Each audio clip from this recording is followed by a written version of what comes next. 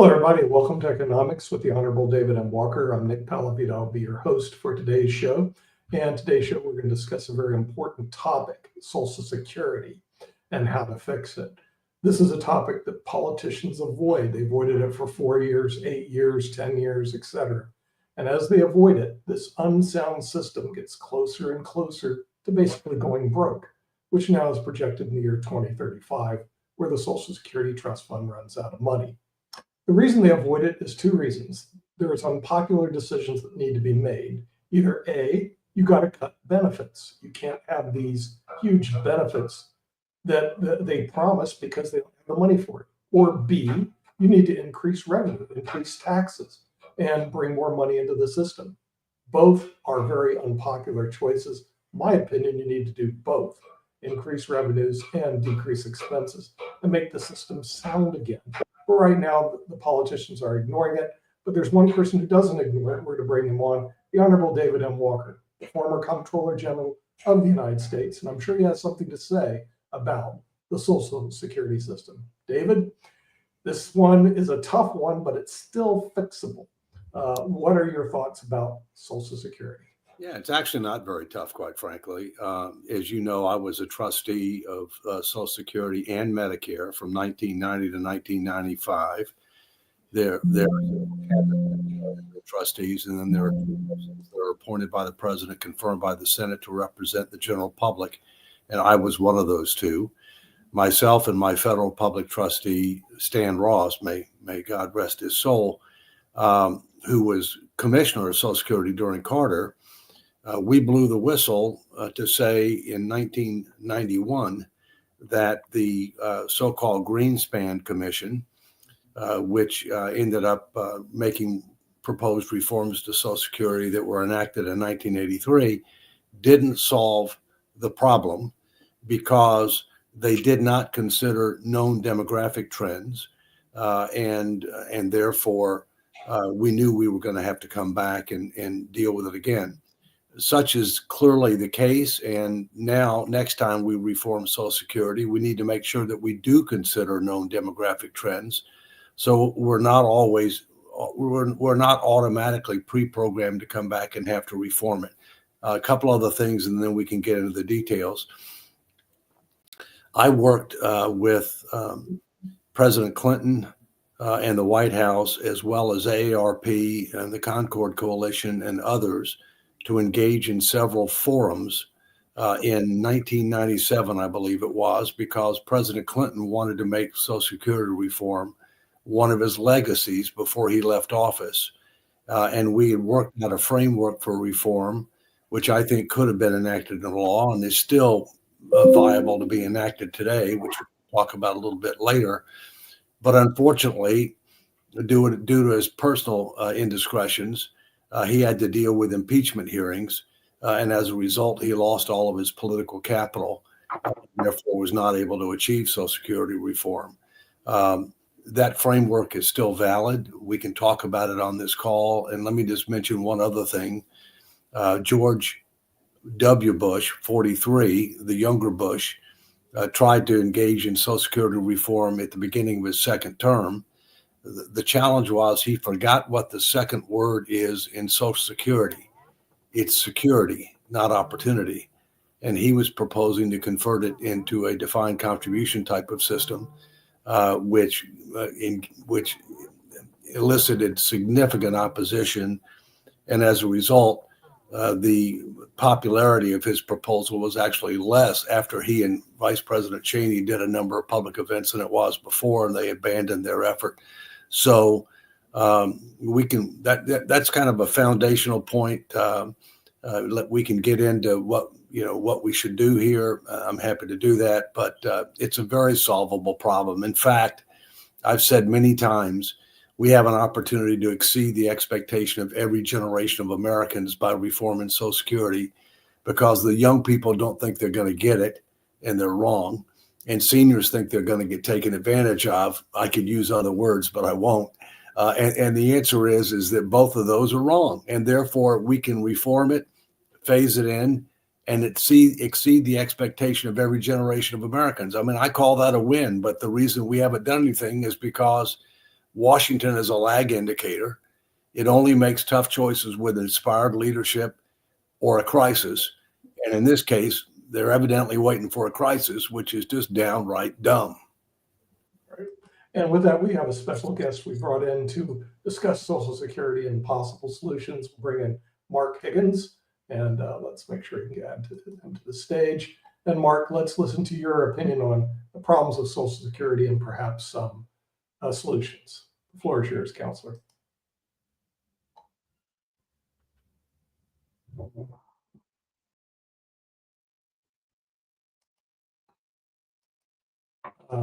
Mark, you need to unmute. You need to unmute, Mark. Muted. My apologies. There we go.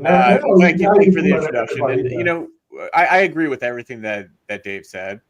And, you know, in fact, we've talked previously about this topic. And, you know, in addition to the politicians not taking action, and it is a great point that he brings up, that if we deal with this problem now, we can, you know, it's like a mortgage. You can spread it out over time and the solutions are affordable. But if we wait until there's a crisis, the pain that people are going to feel is much more intense. And, you know, the other point that this comes from a book I recently published on the financial history of the United States is when you look back at the full history of this country over 200 years, we had a way of dealing with the public debt that was very different prior to World War II than it was after World War II. And really what the story is after World War II, we had most of the world's gold, which was money, essentially the monetary base back then.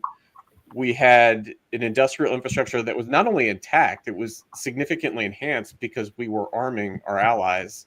And we had the new world's reserve currency. And what that did is that created a false sense of confidence in terms of how we could use the public debt. And prior to World War II, we only used it in times of emergency and then paid it off. But after World War II, we just started running chronic deficits. And the American people have become so accustomed to that. And most of that comes from, most of the spending comes from entitlements, Social Security, Medicare, and Medicaid.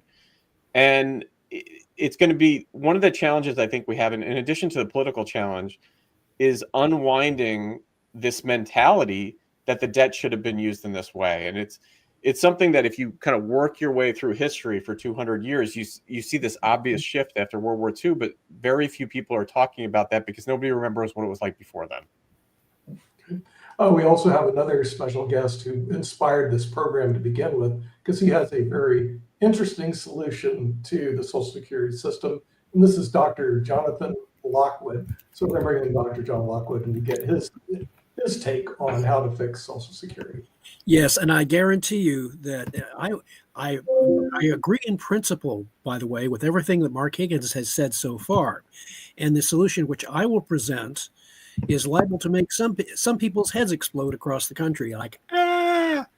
But I am going to present it very logically, and it will be a solution that has never really been presented before, but you will find probably that it is very much in consonance with what Mr. Higgins has presented so far. And I think that that's just awesome. So I'm going to turn back the floor to Mr. Higgins and let him fully explain his logic and proposals. And then I will present mine and counterpoint. And then after that, we can all have a food fight. Okay, Mr. Higgins, the floor is yours. I would probably defer to Dave on solutions. He's been more involved with that. I think where history can help add context is just giving you the framework. We think differently about the use of the public debt, and until we unwind that mentality, it's going to be hard to fix Social Security. Because I agree with what I think it was Nick's opening comment that, you know, realistically, it's probably going to require some increases in revenue, but it also requires decreases in spending. And again, the quicker you get on this, the more you can spread it out and make it palatable to the American people. I have some other thoughts that we can get into when we get into the weeds in terms of helping with economic growth, which was actually key to reducing the debt as a percentage of GDP after World War II. But conceptually, that's, you know, I'm not a big fan of raising revenue, but realistically, it's probably going to be required. We're going to go across the oceans and go to a very successful hedge fund manager and private equity person, and that's Shaquille Latimer from Australia, to see if he has so many ideas how to fix Social Security. Former hedge fund manager. Look, as I said before, I really do believe that the US would be better off in part, at least partially, privatizing the social security system. I think it's wrong to expect young people to pay into something that clearly isn't working. I think that the existing obligations that the social security system has should be met. I think some level of privatizing of retirement funds and putting a little bit of a tax on there, something that I ordinarily would oppose, but in this case, I would say you would allow people to have higher rates of return, a small tax that could help buffer the shortfall in Social Security would be a better way forward. I think it's in line, actually, with the values of the United States. You normally want to have things privatized in the hands of individuals as opposed to in the hands of government. So I think that that's probably the most logical way of achieving what you guys want to achieve. And I think it actually would bring you into line with many of your competitor countries. Okay, and then we have more in reserves. We have one of the smartest people on the planet, member of the High IQ Society, Rick Rosner. The reason we brought you in is that we need a smart guy to solve a problem, which is Social Security being underfunded. Or basically, Jatovy brought up an issue last hour, which is that people live longer now, or they did until COVID came along and dropped our life expectancy by a couple of years. When Social Security was started, in the 1930s, you retired at 65, and on average, you were dead within 2 years. Now, of course, we live to 77, 78, so people are drawing for 10 years and more. And if you look at Social Security's monthly payouts, they're based on people living to an average age of 82. So yeah, it's as people live longer, and we're gonna, average lifespan's gonna go up by 10 years in the next 25 years. So yeah, it's gonna be an issue. yeah, and the last member of our panel coming in from Canada, who heads up our show, Modern Investment, Sasha Starr. We'll see if he has some opinions on what to do with Social Security. I'd rather like to sit back and enjoy Jonathan's presentation. Okay, then. Well, there's a vote for me. Sure. Yay. Well, at some point, Nick, it would be good if I told you what the American people support. Okay, let's hear what the American people support. Then we'll hear Jonathan Lockwood idea. Yeah. I mentioned to you before that I worked with the Clinton administration to come together with a framework for reform. But in addition to that, in 2012, I did the 10,000-mile, 27-state national fiscal responsibility bus tour. And we had two very special groups there, a demographically representative group of voters in a swing congressional district in a swing state in the north. Same thing with regard to a swing state in the south and a swing district in the south. And we got 77% agreement on the following framework for Social Security reform. But let's first understand a couple of things. Number one, we have two problems. We have Social Security, which we're talking about now.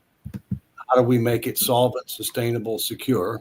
All right, considering demographics and other factors. And then secondly, as Mark talked about, we have a much greater fiscal challenge. Social Security is a subset of that fiscal challenge. You have to keep in mind on any kind of reforms that we talk about on this call or anywhere else, there's one factor that people typically don't consider adequate, and that factor is political feasibility, which means you've got to get a majority of the members of the House, you have to get 60 members of the Senate, and a signature of the President of the United States. And we can all come up with great ideas, but if we can't achieve those objectives, they'll never happen.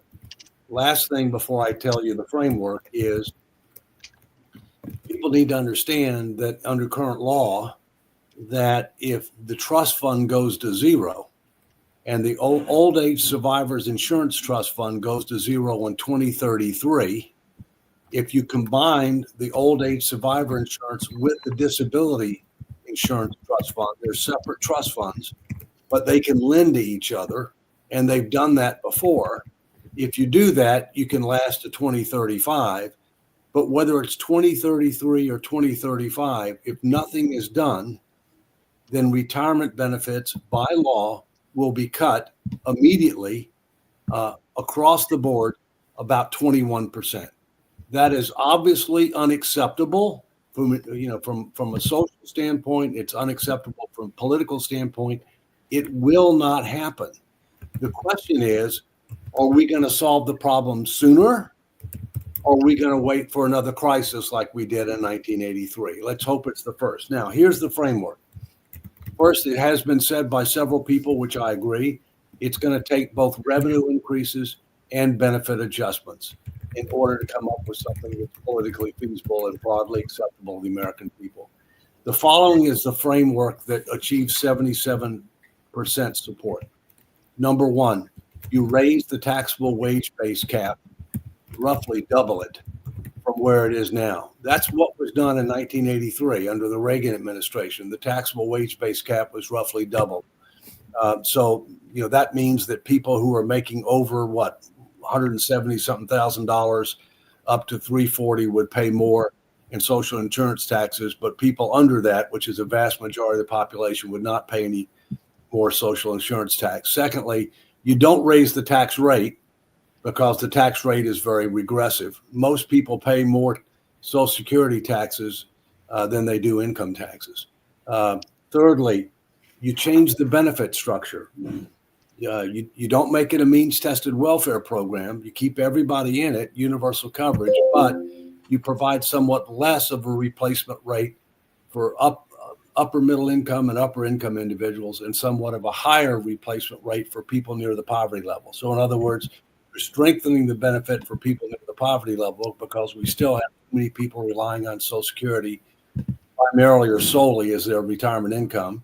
But on the other hand, people that are very well off, you don't want to eliminate it altogether because that makes it a welfare program, but they don't need it as much, and so therefore adjust the benefit structure. Thirdly, you change the cost of living index to make it more reflective of cost of living for seniors. Their basket of goods is very different than the basket of goods for younger people. Fourthly, you change the investments to where you don't have to invest solely in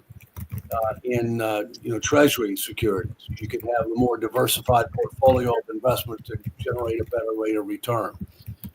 Fifthly, you adjust the normal retirement age and you gradually raise it about 2 years over the next 20 years to reflect increases in average life expectancy since the last set of reforms in 1983 and the change in the economy to be the knowledge age, where more people can, in many cases, must work longer.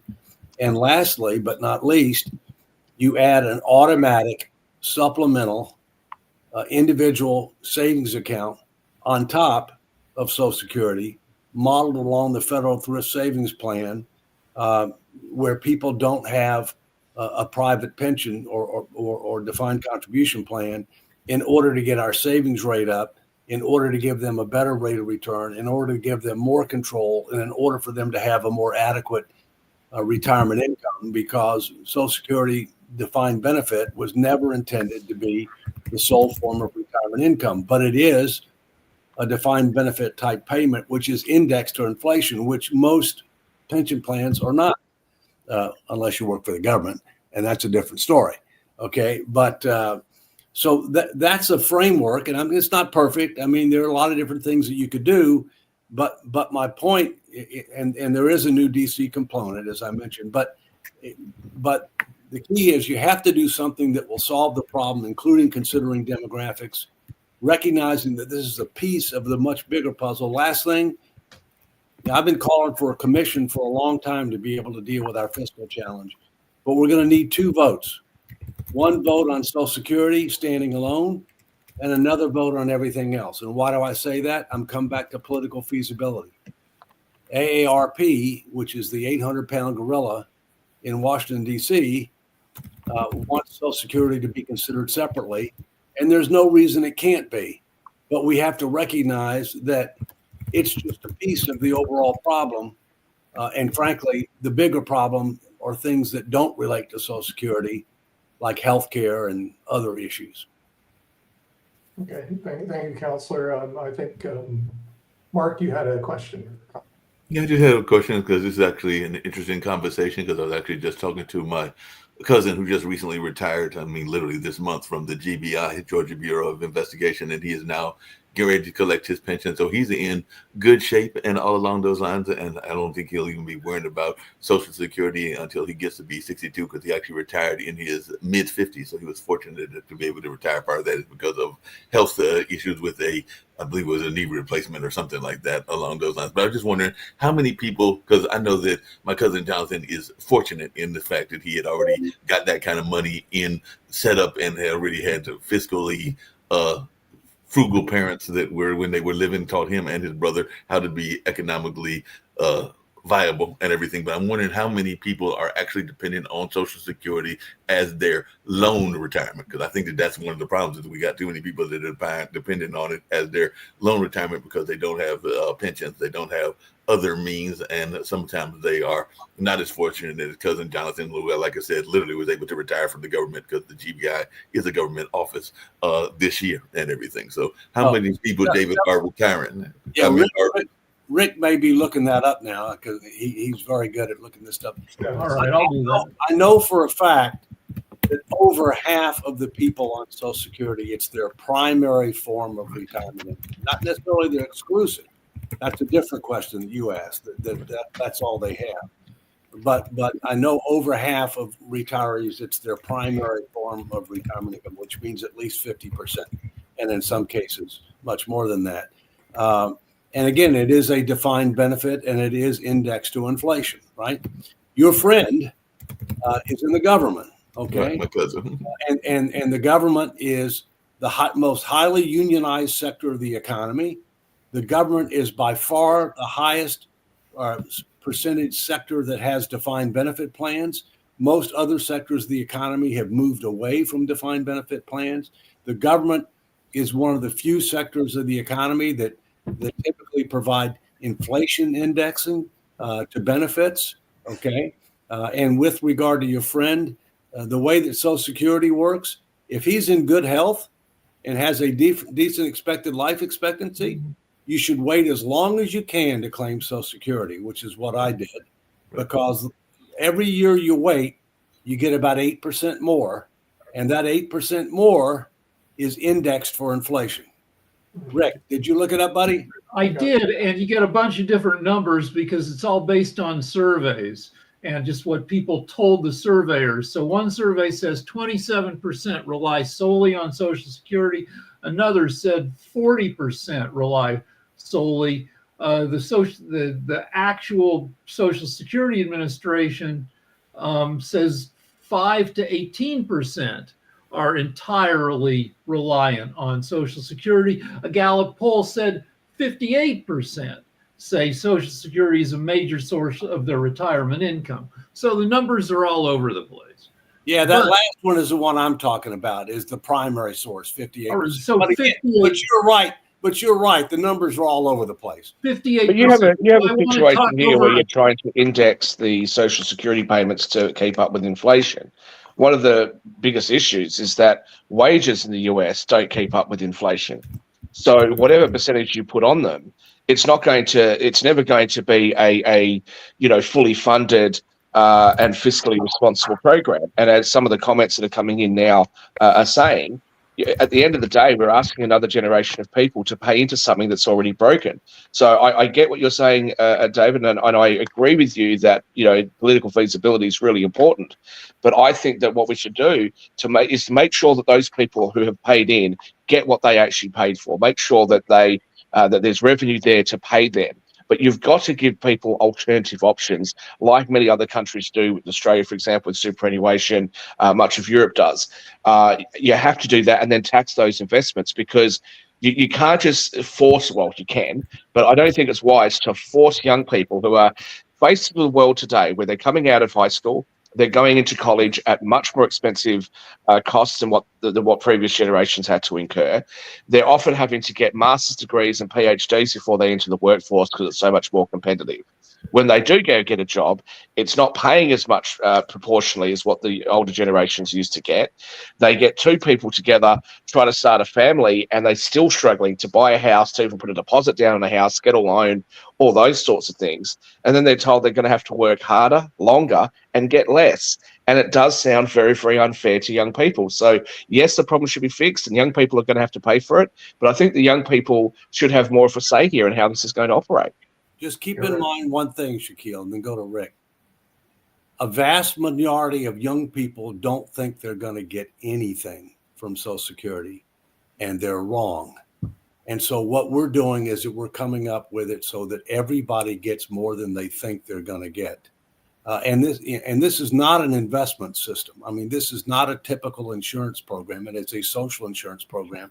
Think about the people who first got benefits on Social Security. They paid virtually nothing and got benefits for the rest of their life. So look, there are lots of different ways to go at this, but I come back to where I started. You want to make it solvent, sustainable, secure, indefinitely, including demographics. You do want. Aren't you running the risk of flogging a dead horse here?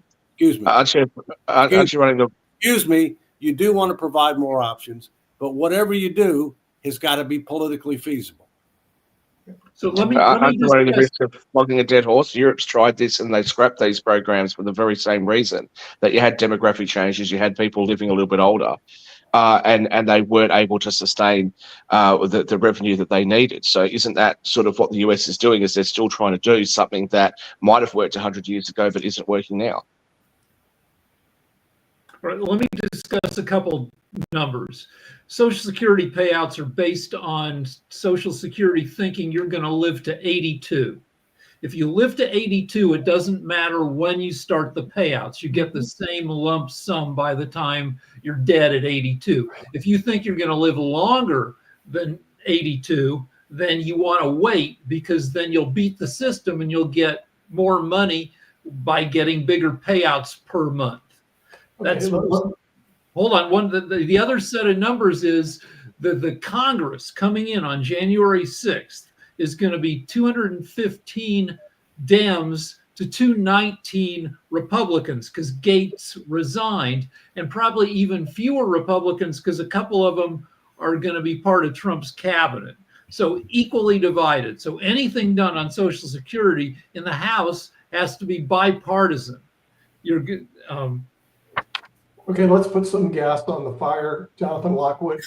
Thank you. You have the gas tank, so light us up with your idea. All right.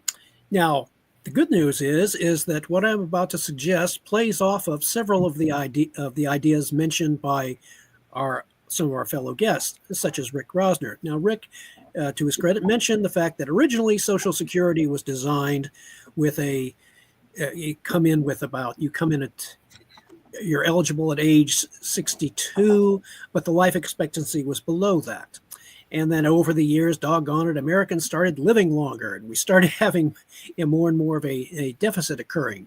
But now, in order to make the system work, we have to take into account, as Dave mentioned, the political situation. The incoming Trump administration wants to cut spending, they want to cut the government waste, and also at the same time cut taxes. However, let us remember, if you cut taxes in any way, then that compels you, in order to address the national debt, you must cut spending by an even greater margin. Right now, the interest on the national debt is about, depending on who you ask, 900 billion, sometimes $1 trillion. Okay, that's the break-even point for Musk, Ramaswamy, and the rest of the Trump administration. If they fail to cut annual spending, and produce surpluses of at least $1 trillion per year, then they're just breaking even. They're treading water. They're not succeeding in reducing the national debt, which is what is the larger driving problem, which affects Social Security and everything else. In order to solve the problem, I will quote Albert Einstein. The late Albert Einstein said that the problems that we now face cannot be solved by the same level of thinking that created them. So you have to take an imaginative leap, and take an idea and take it to its logical conclusion. In this case, the idea of raising the retirement age has been floated. But the flaw in this thinking is it's been raised gradually in order to solve the current problem and make Social Security viable for the long term, and at the same time leverage that to help cut this overall spending and produce larger and larger surpluses.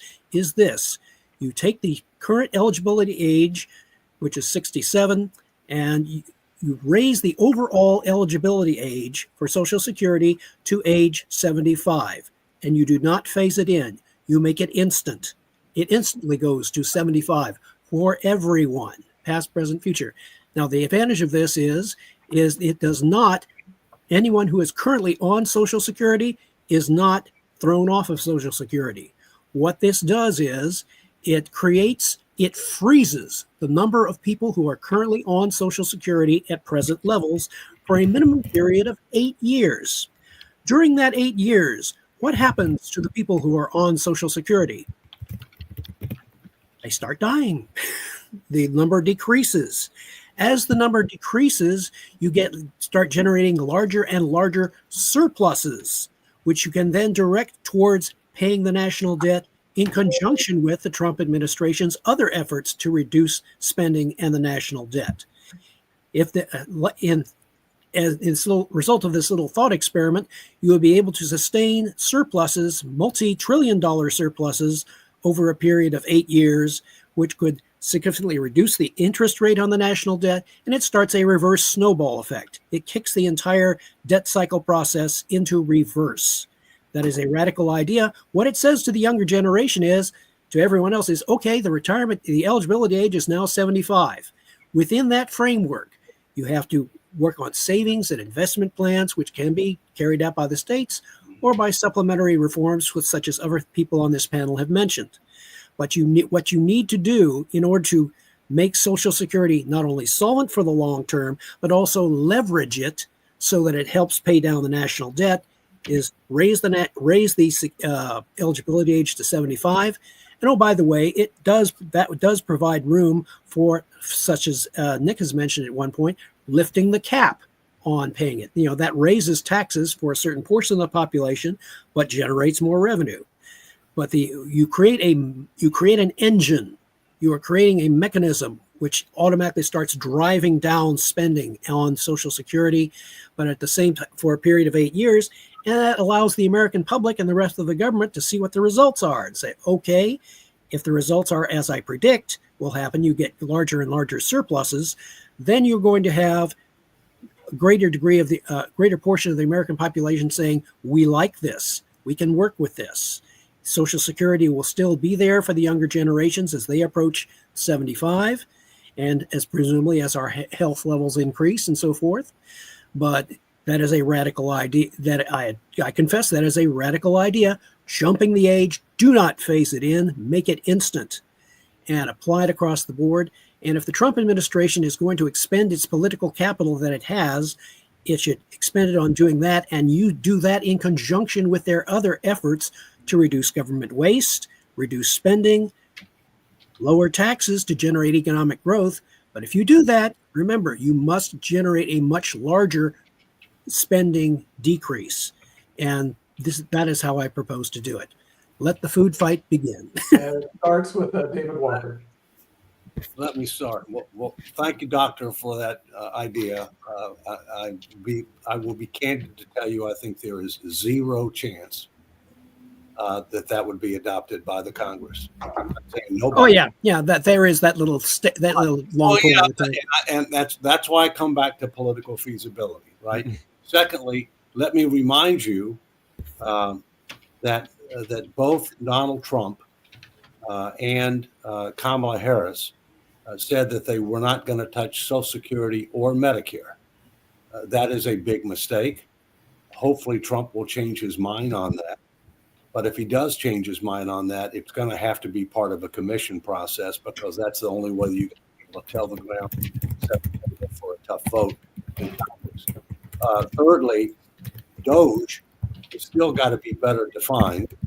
The Department of Government Efficiency, which is not a department, not in government, and not organized very efficiently. But other than that, okay. Yeah, it does sound like a contradiction in terms there. Right, it does. It's kind of an oxymoron.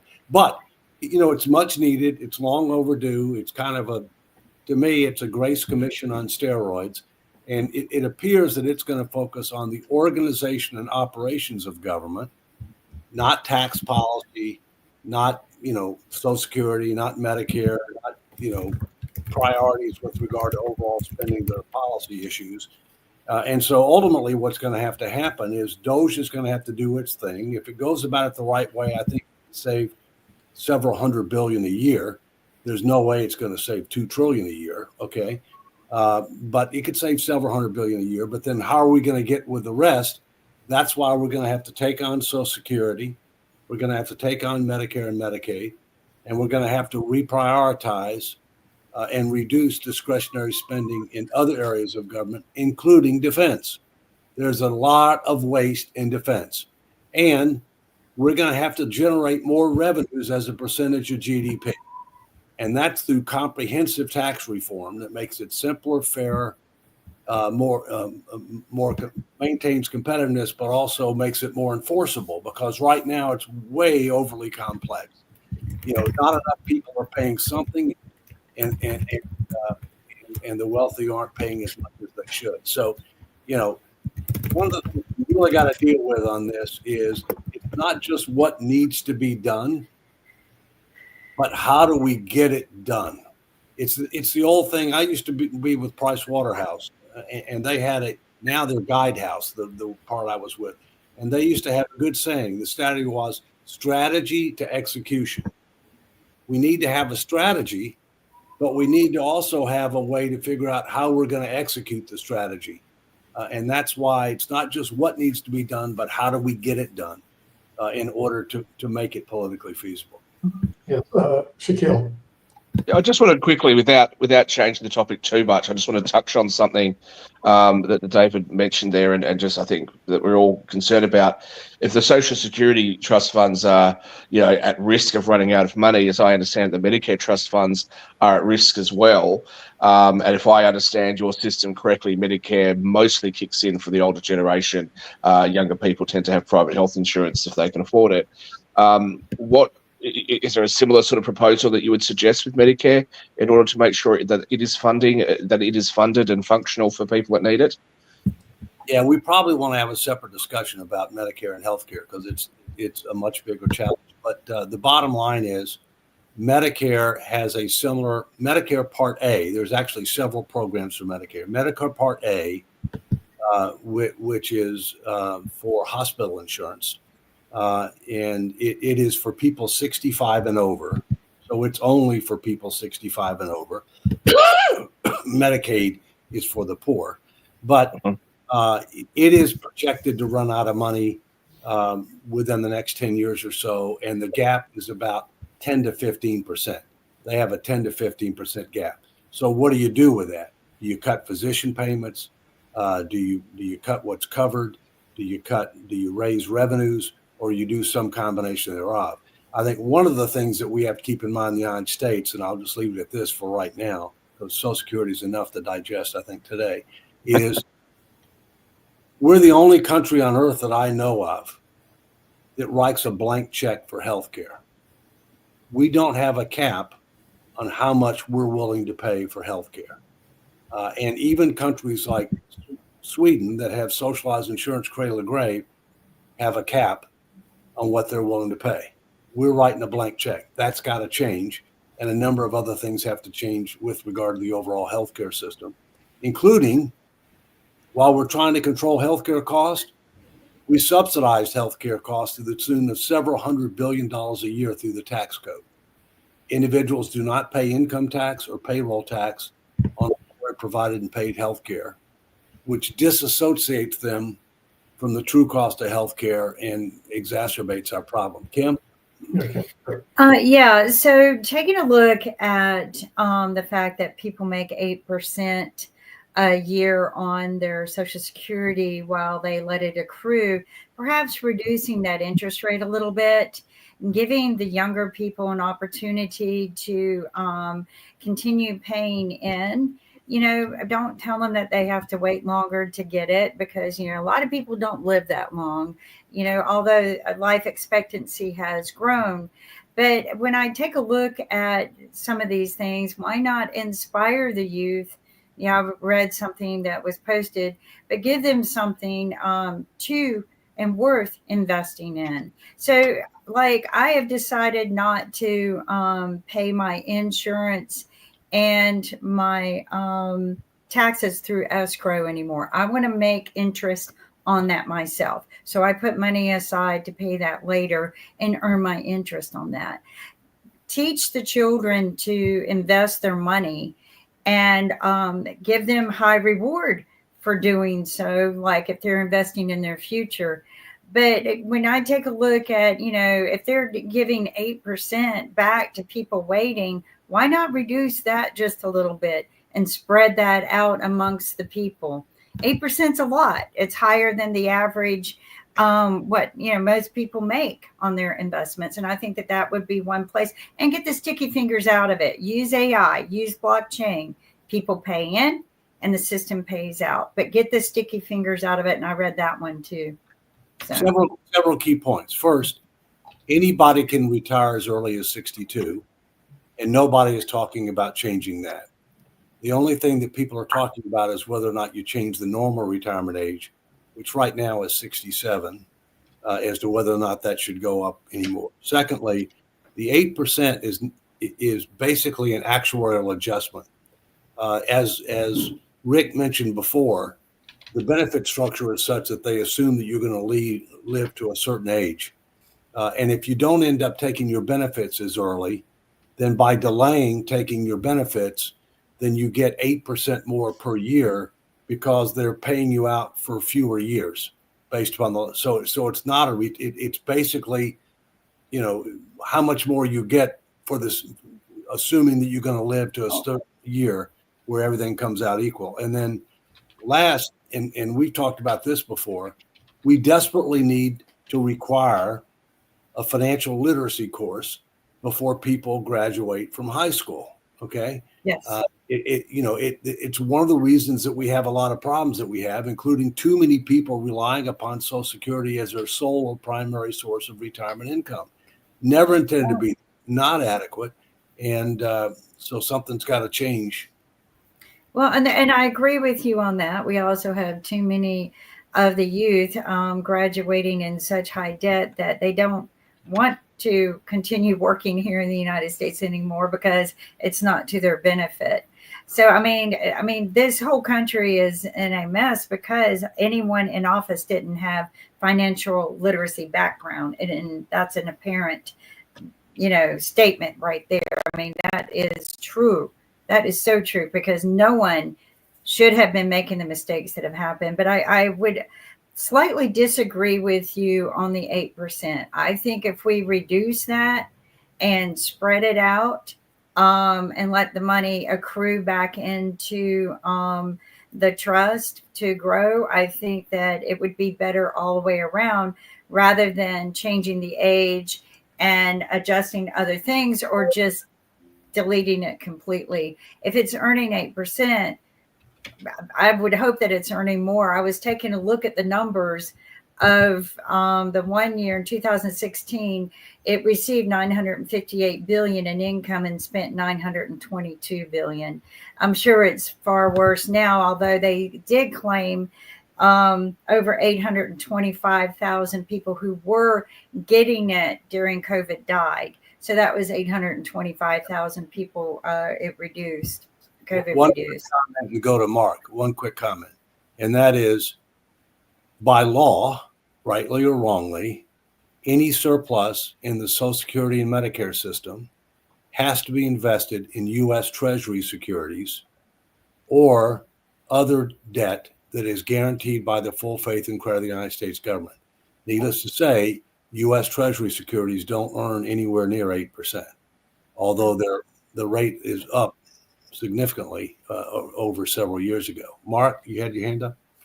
Yeah, it just strikes me, taking a step back, the reason I liked Dave's proposal is because at the end of the day, we have a collective problem that you're going to have to cause pain somewhere to solve. And the more you spread it out and affect everybody, whether it's increasing revenue whether it's increasing the retirement age, that if anything can make it politically feasible, it is that. I've heard some blunt force type things, raising the retirement age to 75%. That's just not realistic. Shaquille, it seems like you're a little more focused on investing our way out of it, which can help, but that's not addressing the whole problem. And the other point is just there needs to be, I don't know how you do this. It's a tough problem, but there needs to be a mentality shift in this country of dealing with problems collectively and accepting that you may get hurt a little. Every time there's a solution put forward, it's like the immediate inclination is how's it going to hurt me? And, I get that, that's a natural human reaction, but that it seems, looking at, as a historian, it seems that individualistic mentality has gotten much more intense after over the last 80 years. And it's hard to see this getting addressed successfully until people start thinking collectively and accepting that they're gonna lose a little. And the more you spread that out broadly, which I think, without knowing the details of Dave's proposal, it seems generally it's hitting that mark. The more likely it'll be politically feasible and acceptable to the American people is my thought. Mark, the key in my opinion, then we'll go to Rick, is citizen education and engagement is absolutely critical. All right. You have to help them understand what happens if we do nothing. And if we do nothing, everybody gets a 21% benefit cut immediately and growing over time. So you ground that. So therefore, doing nothing is not an option. And then you have to talk about, well, what are some of the things that we should do? And you have to do it as a package. And one of the frustrations that I have is, let me give you a typical kind of polling that is done on this. Okay. Do you want to have to work longer to get Social Security? Would you like to pay higher taxes for Social Security? Yeah. Would you like to get a lower benefit for? I mean, that's the kind of polling that's done on this. Yeah, of course, right? They're going to say, yeah. where they haven't built the burning platform that doing nothing is not an option. Here's what you get if you do nothing. That's not acceptable. All right, let's talk about some things we have to do. Let's spread it around. And as I said, when you do that, you can come up with a system that everybody gets more than they think they're going to get. Not more than they've been promised, but more than they think they're going to get, which makes it politically feasible.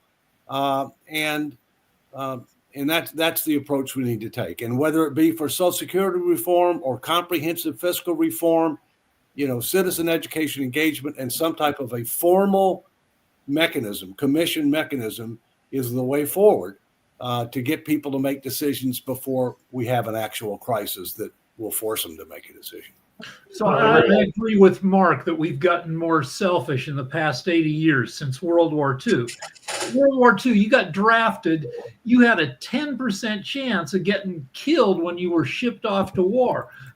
Today's Americans would not put up with that. Back in the 30s, people didn't have crap, and they kind of teamed up. America bonded together to fight the Nazis, and things are different. Social reality TV, social media makes us feel more exalted, more deserving, and less willing to make sacrifices. The one thing I agree with you to some extent. I will disagree that Americans have a habit, when push comes to shove, they rise up. And the day before Pearl Harbor, 2/3 of the United States was against getting involved in World War II. The day after Pearl Harbor, not everybody, but the vast majority were motivated to defeat the new enemy, the Empire of Japan. So I personally think it's latent and dormant, and it will come out. And it tends to come out in crises, which I would hope to avoid, but I don't think it's dead. Yeah, Sasha.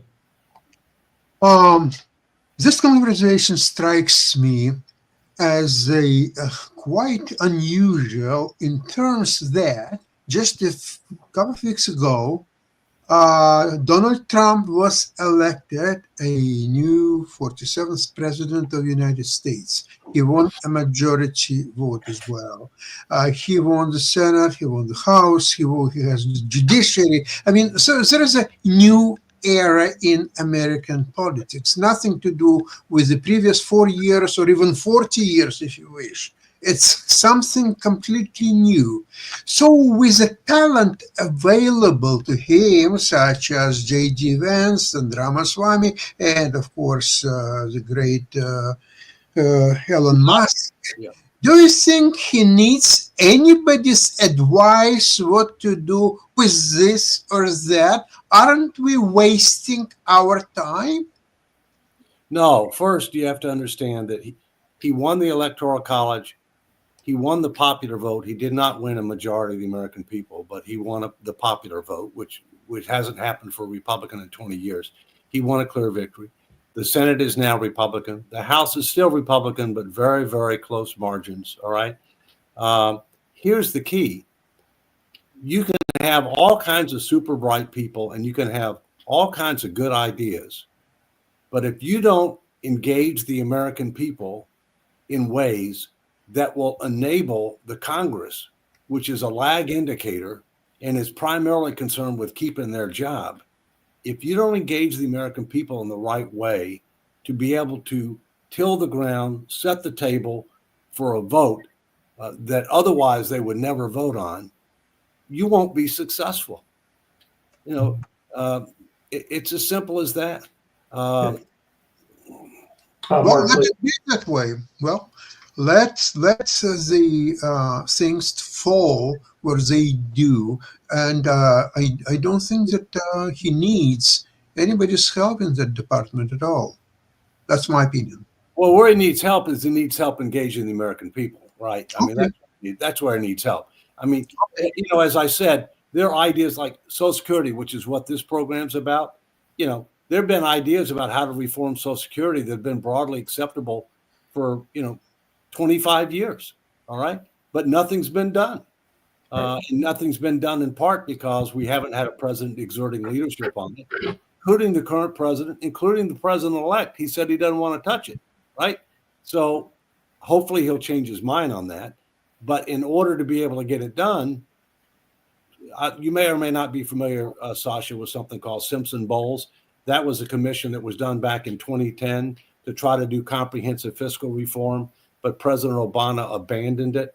But beyond President Obama abandoning it, and the fact that it wasn't statutory, didn't have a guaranteed vote for its recommendations, they did zero citizen education and engagement.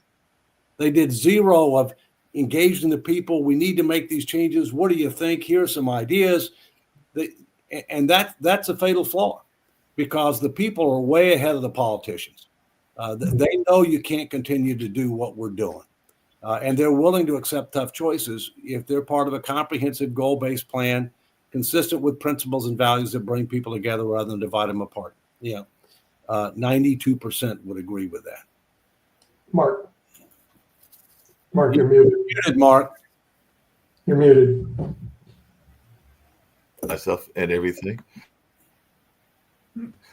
Hold on, just really quickly, and I wanted to hear Mark Higgins' idea around this because Rick kind of alluded to it and everything.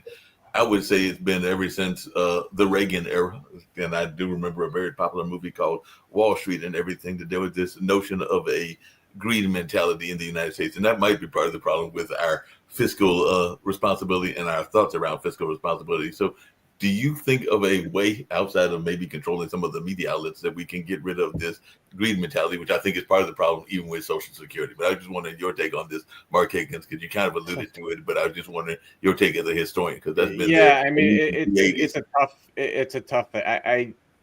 It's a tough thing to solve, because usually a crisis is what solves it, and you don't want that. I wouldn't say, you'd be surprised. The greed mentality is not unique to the 1980s. I mean, that was specifically focused on the emergence of private equity, essentially. Right. That's what Wall Street was based on. And there were reasons why private equity took off in the 1980s. Interest rates were going down, valuations were going up. There's a lot of inefficiency from the Great Inflation in the 1970s. But, things are more static in the United States mentality wise. We are a nation that really hasn't, in my opinion, hasn't changed much in terms of we are a place where you come or you're born into where there is very real opportunity if you put in the work, you educate yourself. There is more opportunity. I don't know if it's more than anywhere in the world, but it's definitely, in the top tier. And I don't think that has changed much. We go through ebbs and flows of when opportunities are particularly robust. The pendulum swings on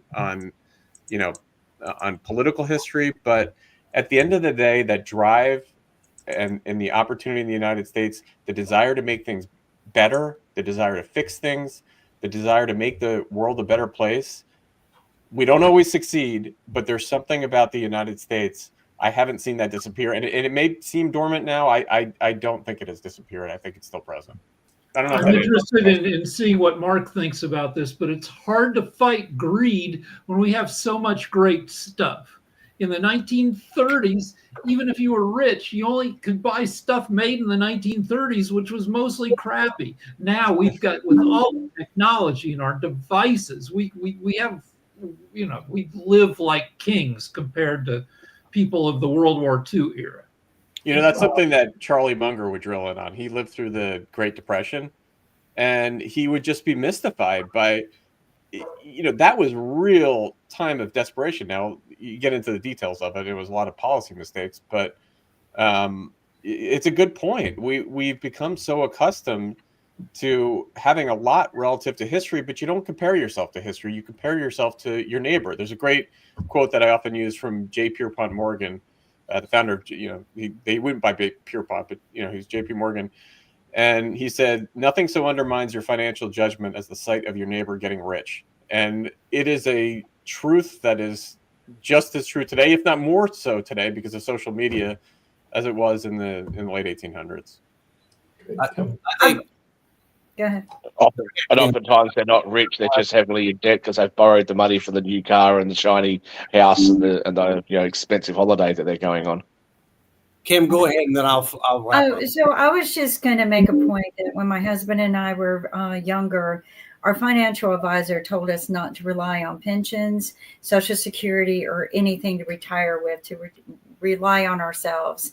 We weren't given any hoorahs or inspiration to do this. We did it on our own. We took a lot of money every week from our paycheck, and we just invested it. To our misfortune, the pensions were cut. And, as I notice now, Social Security is as well. But we took our money. There are great formulas out there to start teaching your children. I've established a little book and a savings box for children so they can learn how to do this. The formulas work out that if you start out at 18, putting aside $100 a paycheck, that by the time you're 40, you'll have $2 million. But that's, of course, not just with setting aside that money, but with investments as you grow. So I'm trying to teach the children in my life how to do that with a little book that I've made for them, how much money they put aside, how to keep track of it. But I think financial literacy is going to be very important and very necessary if anyone is going to survive the future in America. Last thing, I think too many Americans are spoiled. I agree. I think we have a malady that has reached epidemic proportions, especially in Congress, and that is myopia, short-sightedness. People are concerned about today rather than taking steps to help create a better tomorrow. Secondly, tunnel vision. They look at one issue at a time without understanding the big picture, the domino effect, the interrelationship of different issues. And then thirdly, self-interest. What's in it for me? Okay. Those three things, I think, have reached epidemic proportions, and we've got to combat that. That's a cultural challenge, and let's take it on because that's what's going to be necessary to win. And then we'd like to thank Honorable David M. Walker, the former Comptroller General of the United States, special guest Mark Higgins, and of course our panelists from around the world. And we'll see you next week on Economics with the Honorable David M. Walker. Until then, stay safe.